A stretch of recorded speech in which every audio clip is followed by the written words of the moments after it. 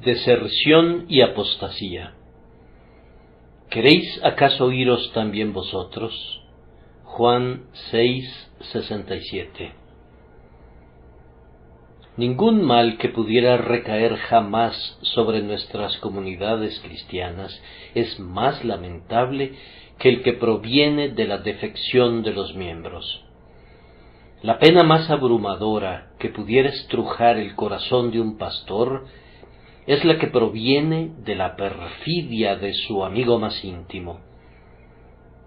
La más horrenda calamidad que la Iglesia pudiera temer no es la que proviene del asalto de los enemigos que están afuera, sino de los falsos hermanos y traidores que están dentro del campamento.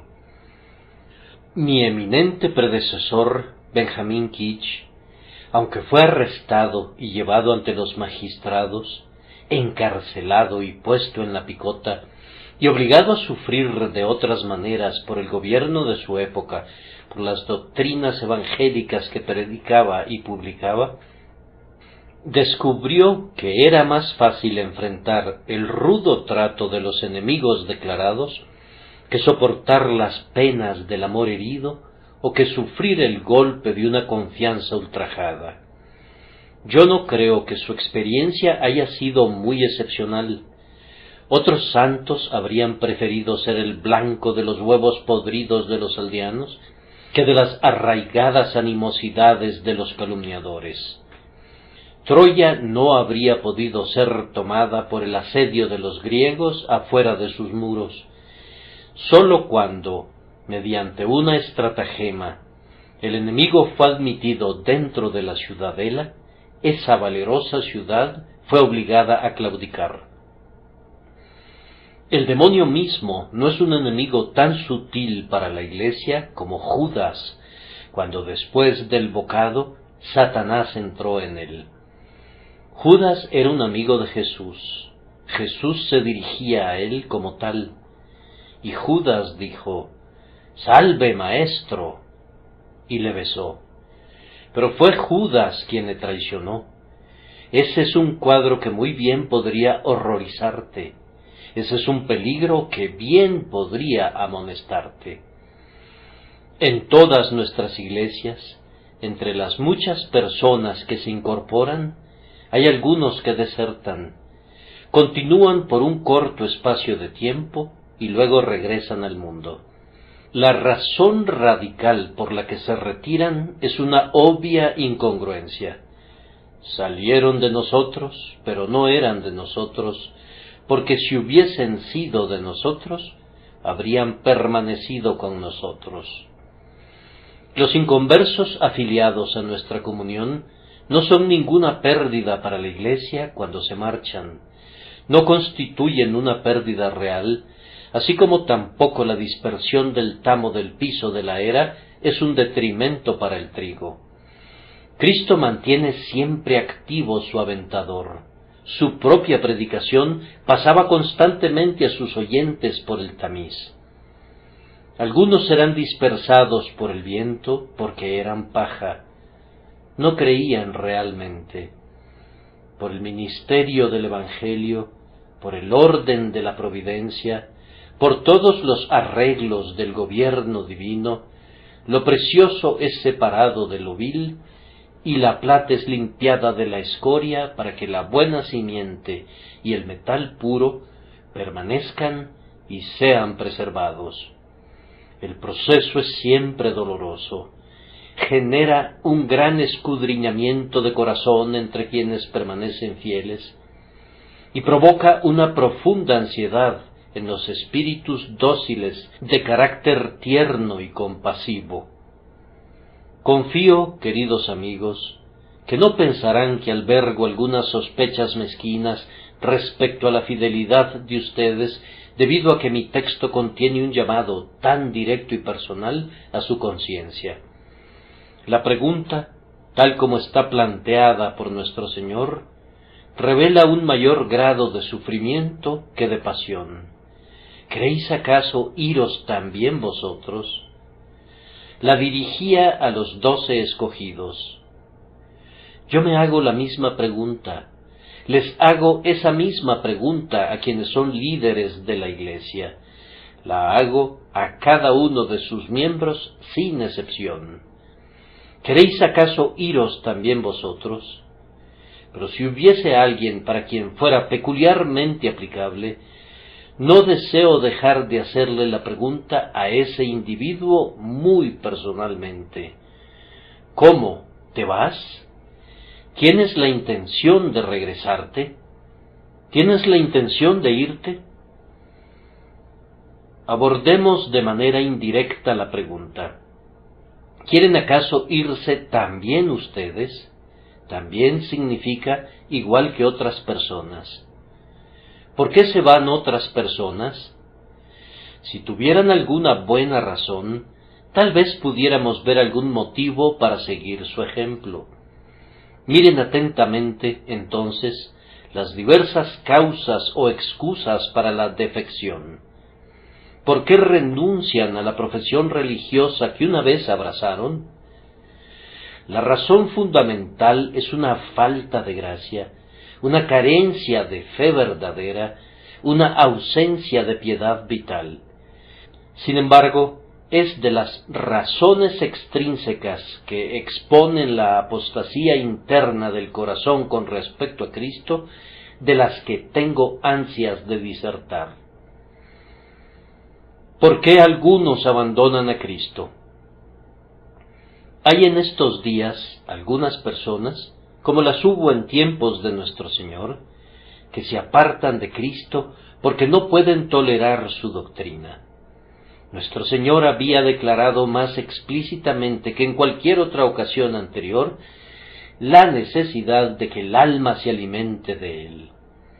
Ellos probablemente no comprendieron bien su lenguaje, pero ciertamente se ofendieron por su declaración.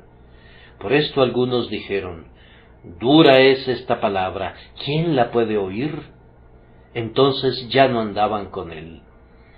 Hay muchos puntos y detalles en los que el Evangelio es ofensivo para la naturaleza humana y repulsivo para el orgullo de la criatura.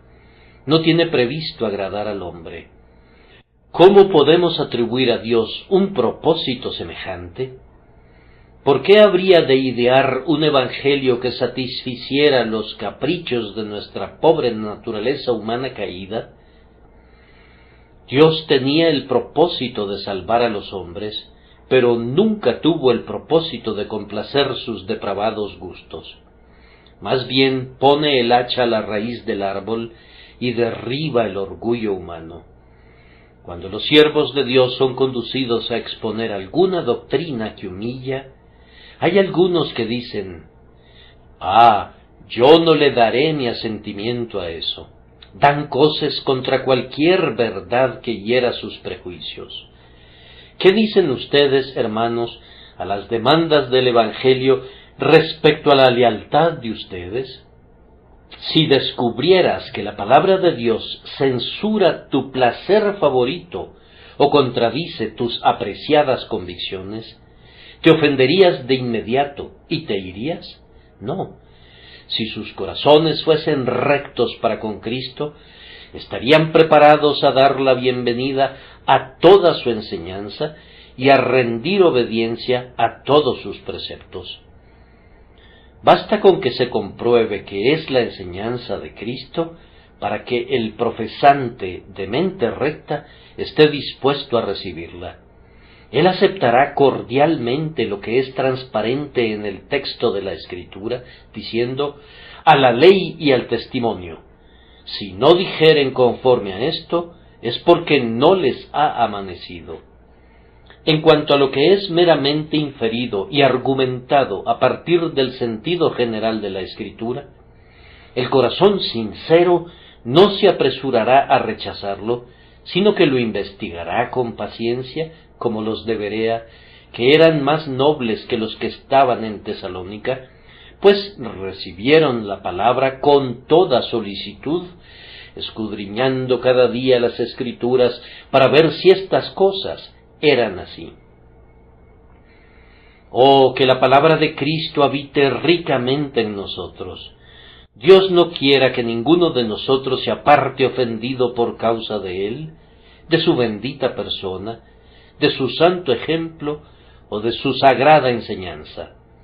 Hemos de estar siempre dispuestos a creer lo que Él dice y prestos a hacer lo que Él manda. Recuerden, hermanos, que la comisión del Evangelio tiene 3 partes a las que el ministro tiene que atender. Primero, debemos ir y predicar el Evangelio. Id y haced discípulos a todas las naciones. Lo segundo es bautizándolos, y lo tercero es enseñándoles que guarden todas las cosas que os he mandado. Como discípulos dispuestos de Jesús, sigamos adelante, oyendo atentamente su voz, siguiendo sus pasos y considerando su voluntad revelada como nuestra suprema ley.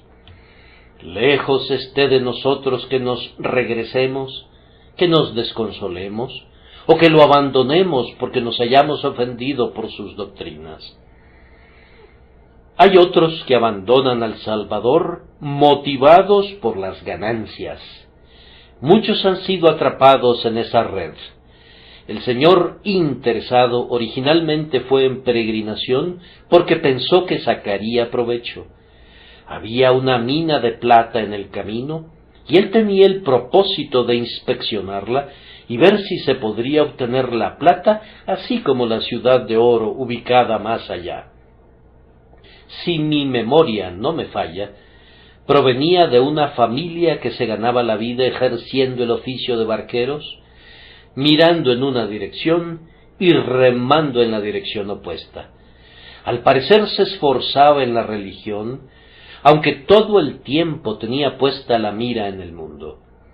Estaba a favor de correr con la liebre y cazar con los galgos. Así que cuando llegó al punto donde debía tomar partido por uno o por otro, consideró cuál sería en general el más rentable y renunció a lo que parecía entrañar pérdida y abnegación y se decidió por lo que le ayudaría, como él lo llamaba, a obtener el mayor beneficio y que le serviría para salir adelante en la vida presente. Sinceramente, yo en verdad confío que no haya nadie entre nosotros que no sienta desprecio por el señor interesado y por todos los de su clase. Si quieres hacer dinero, y no tiene por qué haber nada pecaminoso en eso, hazlo honestamente.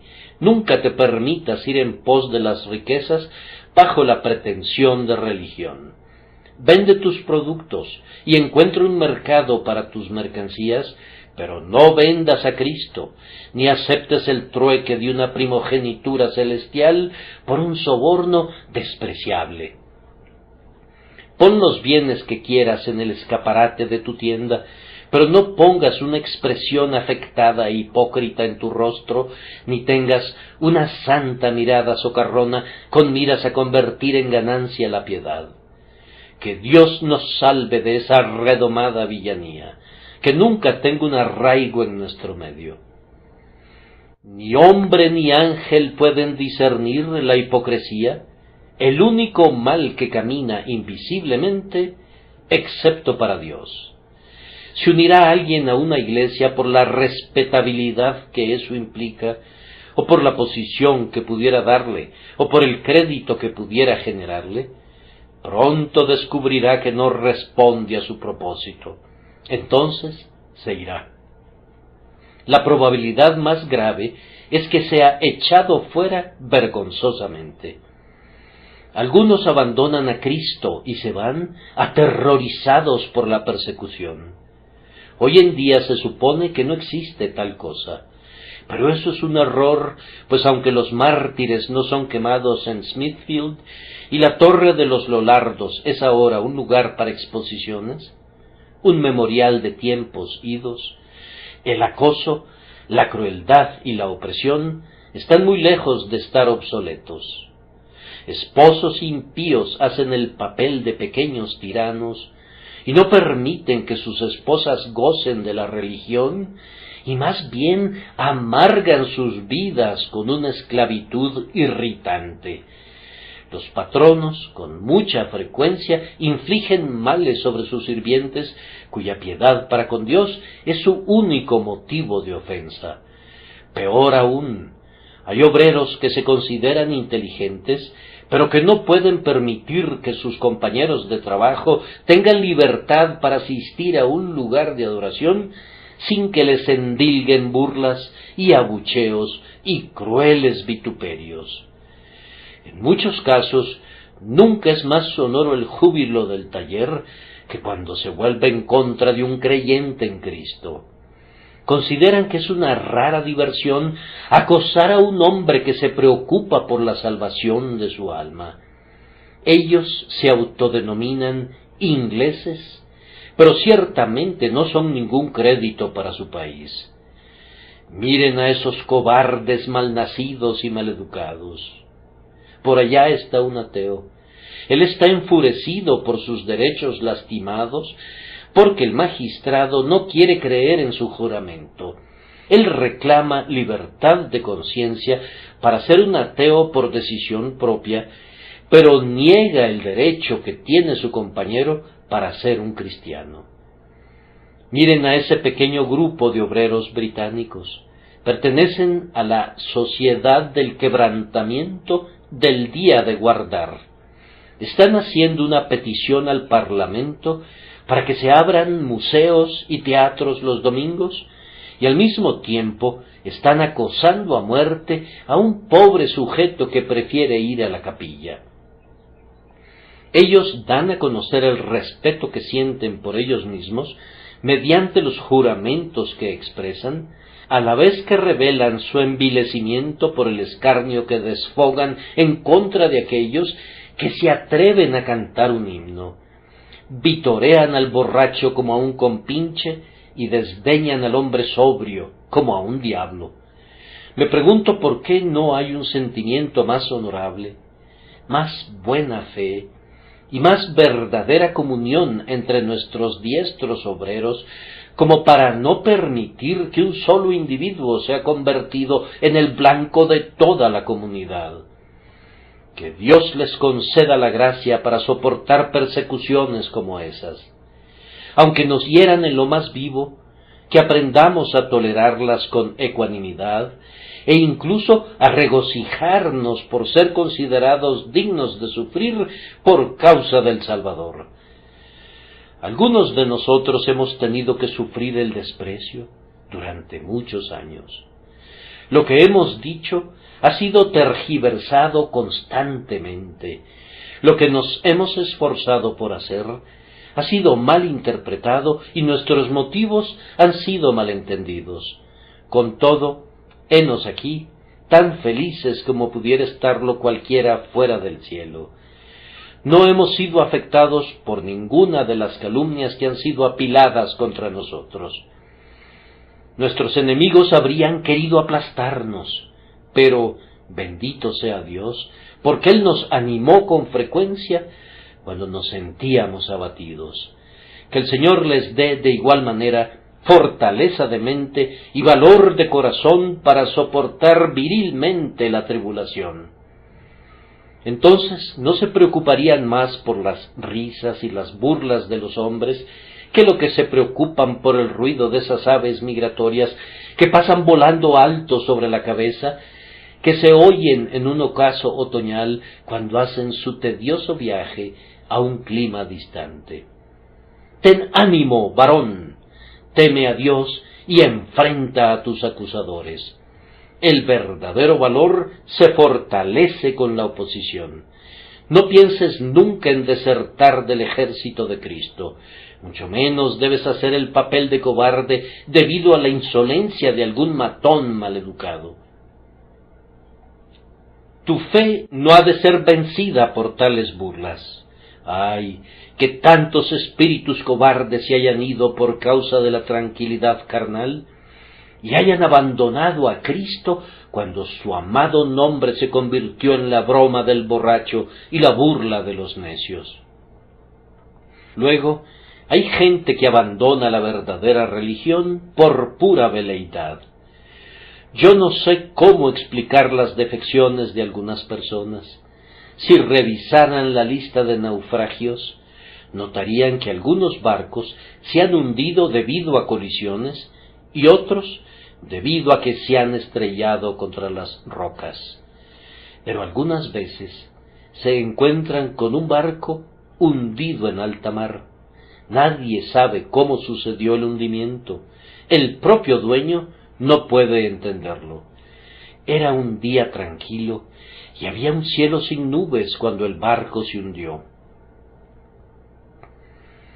Hay algunos profesantes que, con respecto a la fe, han naufragado bajo circunstancias aparentemente favorables, tan libres de problemas, tan exentos de tentación, que no hemos visto nada que despertara alguna ansiedad por ellos, y con todo se han hundido de pronto.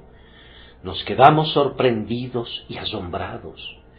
Yo recuerdo a uno que cayó en pecado descarado, de quien un hermano imprudentemente dijo: si ese hombre no es un cristiano, yo no lo soy. Sus oraciones habían sido ciertamente fervorosas. Muchas veces me derritieron delante del trono de gracia, y sin embargo, la vida de Dios no podía haber estado en su alma, pues vivió y murió en flagrante vicio y fue impenitente hasta el fin. Yo sólo puedo atribuir tales casos a una suerte de veleidad que puede ser cautivada con un sermón o con una obra de teatro, que puede hacerlos tomar un asiento en la capilla o un palco en la ópera con igual despreocupación, y siguen ávidamente la excitación de la hora, una cosa tras otra y nada perdurable. Impetuoso como las aguas, no serás el principal. Profesan impulsivamente el cristianismo, si bien no lo abrazan, y luego, sin molestarse a renunciar a él, caen en la infidelidad. Son lo suficientemente blandos y maleables para que se pueda darles cualquier forma. Hechos de cera pueden ser moldeados por cualquier mano que sea lo suficientemente fuerte para sujetarlos. Que el Señor tenga misericordia de cualquiera de ustedes que pudiera ser de ese género. Brotan de pronto y súbitamente se marchitan. Apenas ha sido sembrada la simiente y ya sale el brote. ¡Qué cosecha maravillosa prometen ustedes! Pero, tan pronto como sale el sol con su calor ardiente, puesto que no hay tierra, la buena semilla se marchita. Pídanle a Dios que sean surcados profundamente, que la plancha de hierro de la roca que está por debajo pueda ser quebrada por completo, para que tengan abundante subsuelo y una raíz firme, para que la fronda que produzcan sea permanente. La carencia de principios es mortal, pero esa carencia es demasiado común. Nunca dejes de orar pidiendo que seas arraigado y cimentado, establecido y edificado en Cristo, de manera que cuando vengan ríos y soplen vientos, no caigas con una gran destrucción, como cayó aquella casa que fue edificada sobre la arena. Y cuántos abandonan a Cristo por causa de los goces sensuales. No voy a extenderme sobre este punto. Es cierto, sin embargo, que los placeres del pecado fascinan sus mentes por un tiempo, al punto de que sacrifican sus almas en el santuario de la sórdida vanidad. Por una alegre danza, por una diversión desenfrenada, o por un goce transitorio que no resistiría a la crítica, han renunciado a los placeres que son duraderos, a las esperanzas inmortales que nunca fallan, y han dado la espalda al bendito Salvador que da y fomenta los gustos por goces indecibles, por dichas de gloria plena. En nuestro cuidado pastoral de una iglesia como esta, tenemos una dolorosa evidencia de que un número considerable de personas se enfría gradualmente. Los reportes de los ancianos en cuanto a las ausencias reiteran las vanas excusas presentadas para la inasistencia. Uno tiene muchos hijos, para otro la distancia es demasiado grande. Pero cuando se unieron a la iglesia, la familia era igualmente grande y la distancia era la misma. No obstante, los cuidados del hogar se vuelven más tediosos cuando el interés por la religión comienza a flaquear y la fatiga del viaje se incrementa cuando el celo por la casa de Dios vacila. Los ancianos temen que esas personas se están enfriando. No podemos detectar ninguna transgresión real, pero nos aflige porque hay un deterioro gradual. Le tengo pavor a esa frialdad de corazón. Se introduce subrepticia e insensiblemente y sin embargo muy seguramente en todo el cuerpo. Yo no estoy diciendo que sea más grave que el pecado descarado. No puede serlo. Sin embargo, es más insidioso. Una delincuencia flagrante alarmaría a uno como un ataque al arma a un paciente.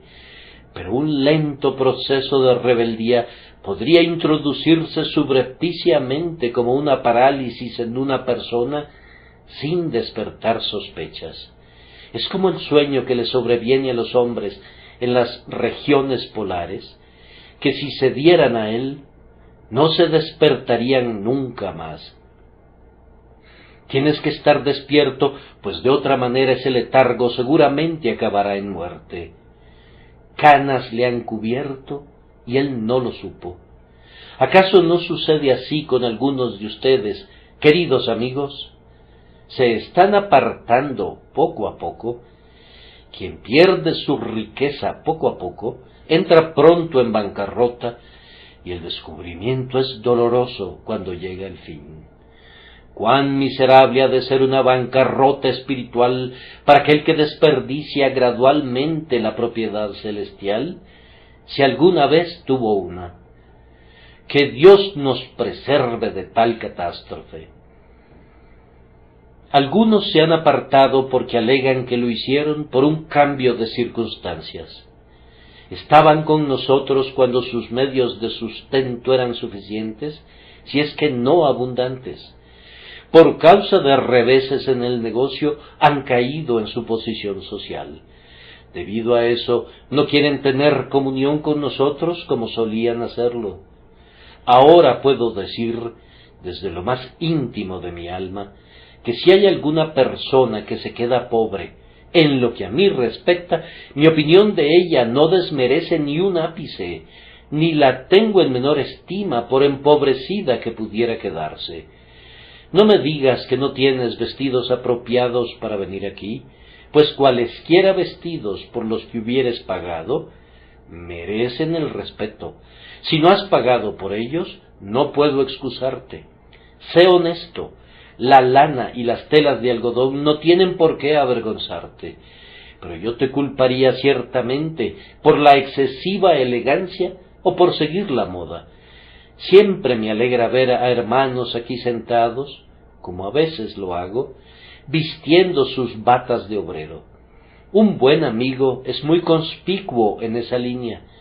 La impecable blancura de su ropa rural es más bien atractiva. Si pagó por esa ropa, es un hombre mucho más respetable que cualquiera que se haya metido en deudas por un traje de paño fino que no puede pagar. Y yo me alegro al pensar que no estoy expresando meramente mi propio sentimiento, sino una opinión que es compartida por la comunidad entera. Todos nosotros nos deleitamos al ver a nuestros hermanos pobres. Si hay alguno de ustedes que sufra de una sensibilidad propia o que sospeche respecto a nuestras reflexiones, entre más pronto se despoje de ese tonto orgullo, más feliz será.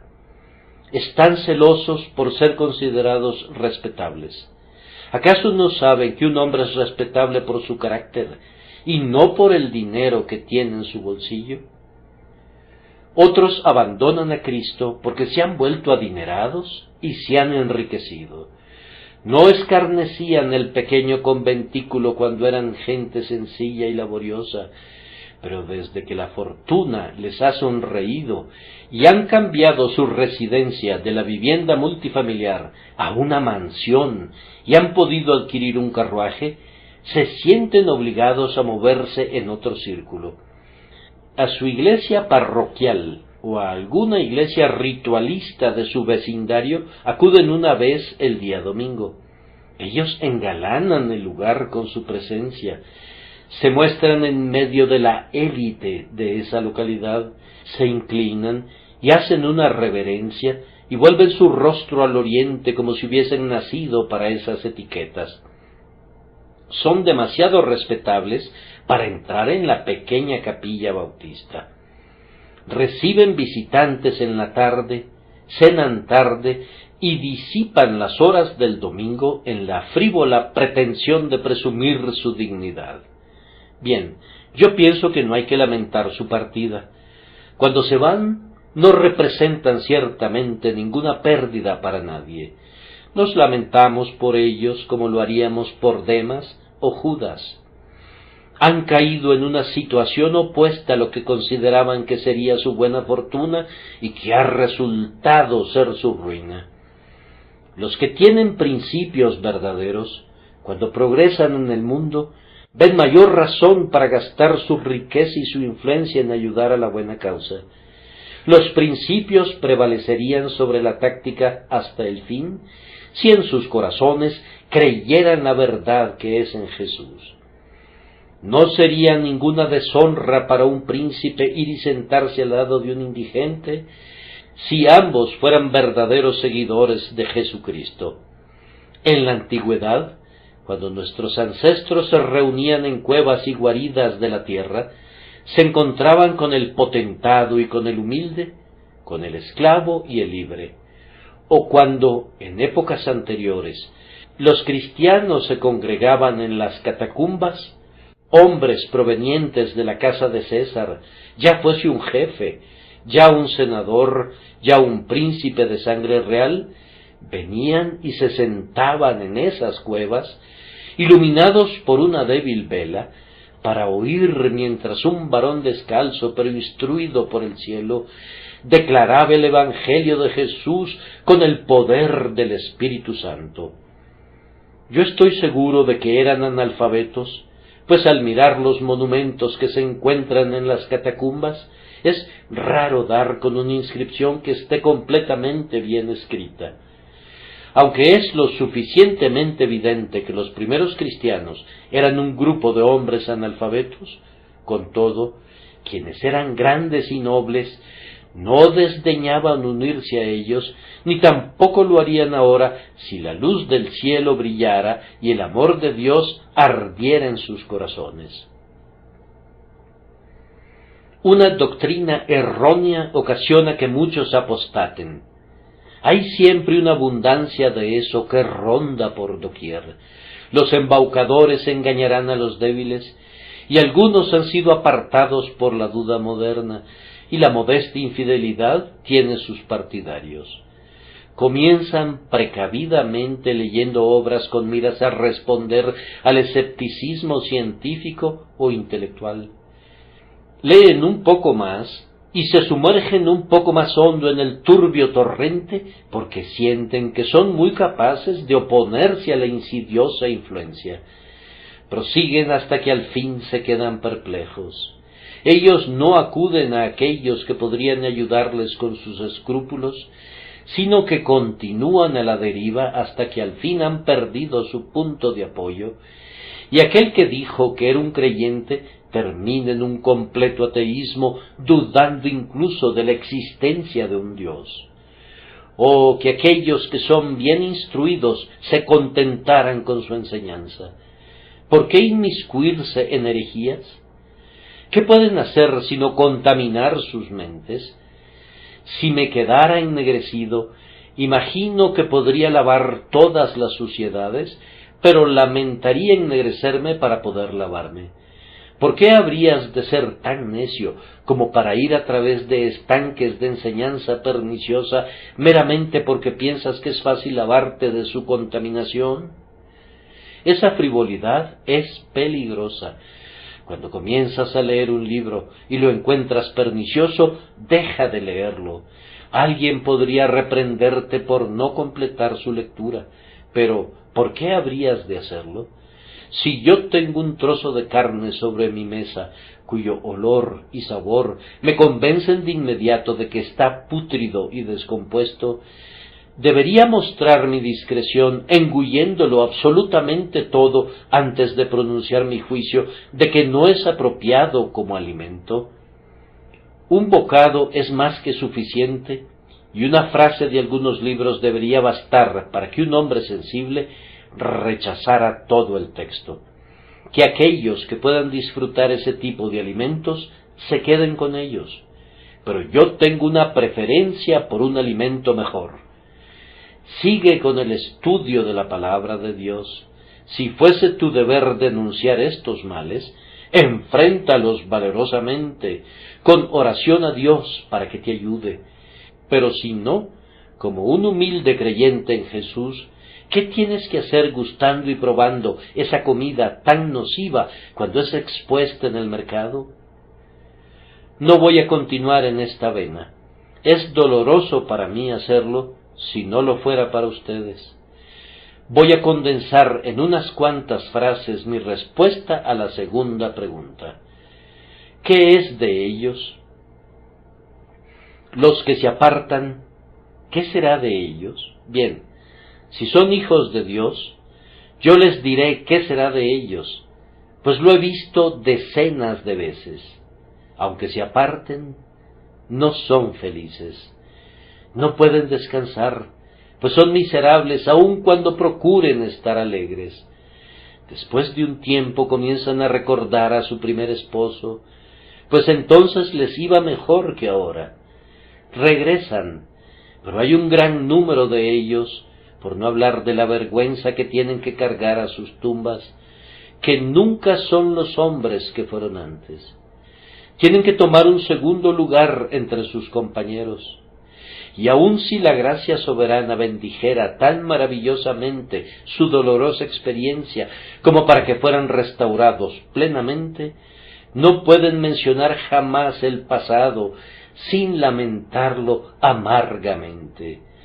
Con su desvío sirviendo como faro para otros, les dirán a los jóvenes: no hagan nunca lo que yo he hecho, de ello no proviene ningún bien y sólo males. En la vasta mayoría de los casos, sin embargo, no son el pueblo del Señor.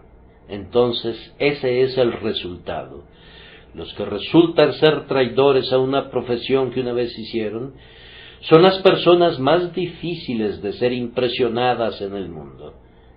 Sin duda, algunos de ustedes, cuando vivieron en el campo, solían llegar puntuales a sus acostumbrados lugares de adoración, pero desde que vinieron a Londres, donde su ausencia de cualquier santuario pasa inadvertida, raramente entran en los atrios de la casa del Señor, y no habrían estado aquí esta noche a no ser por algún incentivo especial, algún primo del campo o algún amigo particular que los haya traído.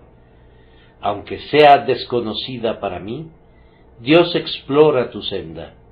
Bien, tú estás aquí, y con todo, pudiera ser que fuera para escaso beneficio. Has recibido consejos y advertencias con tal profusión que amonestarte sería como derramar aceite sobre una plancha de mármol. Si Dios, por su omnipotente misericordia, no quebrantara tu obstinado corazón, no habría ninguna esperanza para ti. Tales personas frecuentemente pierden toda conciencia. Pueden llegar bastante más lejos que cualquier otra persona hablando en contra de la religión. Algunas veces se aventurarán a decir que saben tanto al respecto que podrían exponerlo. Su jactancia y su amenaza son igualmente sin ningún significado. Pero así como los muchachos chiflan para darse valor cuando caminan a través del camposanto de la iglesia, así su vana plática y sus historias sin sentido traicionan su miedo sofocado. Hablan desdeñosamente de Dios, mientras se justifican a sí mismos en una trayectoria en la que su propia conciencia los censura. ¡Ay! Algunos de ellos regresan para comprobar que son los pecadores más abandonados en el mundo. La materia prima con la cual el diablo construye la red más letal es la que se daba por sentado que era la sustancia más santa. No podría haber habido un Judas que traicionara a Cristo si no hubiese sido distinguido primero como un discípulo que se aventuró a besar a su maestro. Tienes que sacarlo de entre los apóstoles para ser a un apóstata, así como los cabecillas de una transgresión desenfrenada, cuando son convertidos, a menudo se convierten en los mejores predicadores del avivamiento. Así aquellos que parecieran ser los más leales súbditos de Cristo, cuando se convierten en renegados, demuestran ser los enemigos más encarnizados y los pecadores más negros. Dolorosos recuerdos se agolpan en la mente de uno. Estando aquí ahora en medio de una gran iglesia, me vienen a la mente cosas que han atormentado a mi alma. Que Dios me conceda que no vea a nadie parecido a ellos de nuevo. Se van. Ah, Dios mío, muchísimos de ellos se van para morir en una rotunda desesperación. ¿Leyeron alguna vez la vida de Francis Spira? Si quieren dormir esta noche, no emprendan la lectura de esas memorias. ¿Leyeron alguna vez la vida de John Child, un ministro bautista que vivió aproximadamente hace 200 años? El señor Kitsch la narra en una de sus obras. Él era un hombre que conocía la verdad y en gran medida había sentido su poder, pero se apartó de ella, y antes de morir, sus expresiones fueron demasiado terribles para ser oídas. El remordimiento y la desesperación de su espíritu hicieron huir a todos los presentes. Por último, puso manos violentas sobre sí mismo, pues no ha de sorprendernos que un hombre se ahorque si después de haber visto a Cristo a la cara y de haberle besado, le traiciona y le crucifica de nuevo. Comer a la mesa del Señor, beber de esa copa de bendición, tener compañerismo con los santos, unirse a sus oraciones y a sus himnos, profesar ser un discípulo de Cristo y luego volverse y no andar más con Él, es aventurarse en un curso que conlleva un peligro que no es ordinario. La oscilación del péndulo, si ha sido levantado en alto y luego se suelta, es mucho mayor en el lado opuesto. No me sorprende que alguien que renuncia intencionalmente a sus votos de consagración a Jesús sea precipitado en el pecado flagrante. Y cuando sus ojos son abiertos y su conciencia es despertada, ¿cómo desea no haber nacido nunca? Si pudiera terminar su existencia y aniquilar su alma conmovida por la angustia, entonces el más extremo acto de desesperación con el cual pudiera terminar su vida, que no puede remediar, puede ser considerado sabio. Pero no, eso es imposible. No puede encontrar el alivio que busca cuando da el terrible salto desde el sufrimiento de aquí a una forma agravada de miseria en el más allá, 10,000 veces peor de soportar. Sella su destino y hace segura su condenación al tiempo que levanta contra sí mismo una mano asesina. Me dirijo a alguien aquí desprovisto de todo rayo de esperanza y temblando al borde de la fría desesperación. Espera, yo quisiera clamar a tu oído. No te hagas ningún daño, no te puedes hacer ningún bien, no pienses curar tus dolores cometiendo otro crimen. Fue una locura huir así de la luz viva y hundir tu alma culpable en la noche sin fin. Mientras haya vida, hay esperanza. Jesucristo puede perdonarte. Regresa a Él. Él puede lavarte en su sangre. Él puede limpiarte aunque tu pecado sea como la grana. Pero, no lo tomes a la ligera, no te tardes. No te demores por más tiempo en tu presente condición. De lo contrario, pudiera ser que colmes la medida de tus iniquidades antes de que te des cuenta, y podrías gustar, aún en este mundo, algún comienzo de la ira venidera. Si no fueras rescatado muy rápidamente como un trofeo de la gracia, te podrías convertir en un monumento de la ira de Dios, en un faro para disuadir a otros para que no se atrevan a apartarse. Hablo solemnemente. No puedo evitarlo. Siento tan intensamente el terror de ese mal, y estoy tan seguro de que algunos de ustedes lo están tomando a la ligera, que me pondría de rodillas y les suplicaría con lágrimas en los ojos que se preocupen por el lugar donde se encuentran. Van avanzando en un plano inclinado y están yendo hacia abajo y hacia abajo y hacia abajo. Sus pies están aún ahora en deslizaderos, desde los cuales multitudes han caído en el precipicio de la destrucción. Cómo son conducidos a la desolación como en un instante. Que el Señor se apresure a liberarlos, que extienda su mano y los reciba. Yo solo puedo llamarlos. Parecieran haber llegado a un punto donde no puedo alcanzarlos. No se aventuren a dar un paso más adelante en ese peligroso camino. Miren a Jesús, miren a Jesús. Él puede redimir sus vidas del pozo del abismo por su gracia soberana, y sólo Él puede hacerlo. Luego, como una oveja descarriada llevada de regreso al redil, adorarán su nombre. Nuestro tercer punto es este. ¿Por qué no nos vamos nosotros como se han ido ellos? Si fuéramos dejados a nosotros mismos, no podría decirles ninguna razón por la que no nos iríamos como se han ido ellos. Tampoco podría decirles, en verdad, por qué el mejor varón aquí presente no podría ser el peor individuo antes que amaneciera el día de mañana, si la gracia de Dios lo dejara. John Bradford, ustedes saben, al ver a los pobres criminales cuando eran llevados a Tyburn para ser ejecutados, solía decir: allá va John Bradford, si no fuera por la gracia de Dios. Verdaderamente cada uno de nosotros podría decir lo mismo. Quedarse con Cristo, sin embargo, es nuestra única seguridad, y confiamos que nunca nos apartaremos de Él. Pero ¿cómo podemos asegurarnos de esto?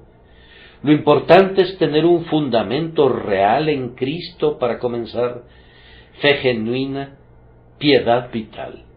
El cimiento es el primer asunto que debe ser atendido cuando se edifica una casa. Con un mal cimiento no se puede tener una casa sólida. Se requiere de un cimiento firme, de unas bases adecuadas, antes de proceder a poner la estructura superior. Si su religión es una farsa, pídanle a Dios que puedan descubrirlo ahora, a menos que sus corazones estén profundamente surcados con un genuino arrepentimiento, y a menos que estén completamente arraigados y cimentados en la fe, pueden tener alguna causa para sospechar la realidad de su conversión y la veracidad de la operación del Espíritu Santo en ustedes. Que el Señor obre en ustedes un buen principio, y luego pueden tener la plena seguridad de que Él lo continuará hasta el día de Jesucristo. Recuerden también, queridos hermanos y hermanas, que si quieren ser preservados de caer, deben ser instruidos en la humildad y deben mantenerse siendo muy humildes delante del Señor. Cuando están a media pulgada del suelo, están media pulgada demasiado altos. Su lugar ha de ser nada. Confía en Cristo, pero no confíes en ti mismo. Confía en el Espíritu de Dios, pero no confíes en ninguna otra cosa que esté en ti mismo. No confíes en una gracia que hayas recibido, ni en un don que poseas. Los que caminan humildemente con Dios no resbalan. Aquellos que dependen enteramente de Dios están siempre seguros. Sé celoso de tu obediencia, sé circunspecto, sé cuidadoso. Mirad por vosotros, su caminata y conversación no pueden ser demasiado precavidas. Muchos se pierden por ser demasiado descuidados, pero nadie lo hará por ser demasiado escrupuloso. Los estatutos del Señor son tan rectos que no puedes descuidarlos sin apartarte de la senda de rectitud. Vigila y ora. Que Dios te ayude a vigilar, o de otra manera te vas a quedar adormilado. No descuides nunca la oración. Eso está en la raíz de cada defección. El retroceso comienza comúnmente en el aposento de oración. Restringir la oración es matar el propio pulso de la vida. Velad en oración. Y yo les imploro, queridos amigos, que eviten la compañía que ha descarriado a otras personas. No conversen con aquellos cuyos chistes son profanos. Manténganse lejos de ellos. No les corresponde a ustedes ser vistos de pie, y mucho menos sentados con hombres de modales relajados y conversación lasciva.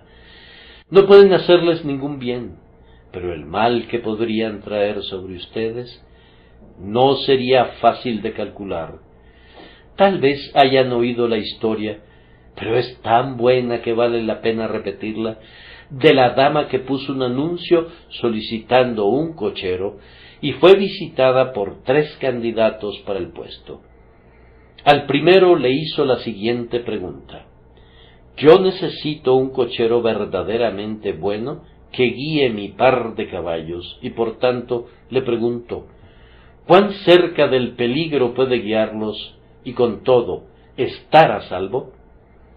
Bien, dijo él, yo podría guiarlos muy cerca en verdad. Podría acercarme a una distancia de 1 pie, unos 30 centímetros del precipicio, sin temor de accidente alguno, en tanto que yo sostenga las riendas.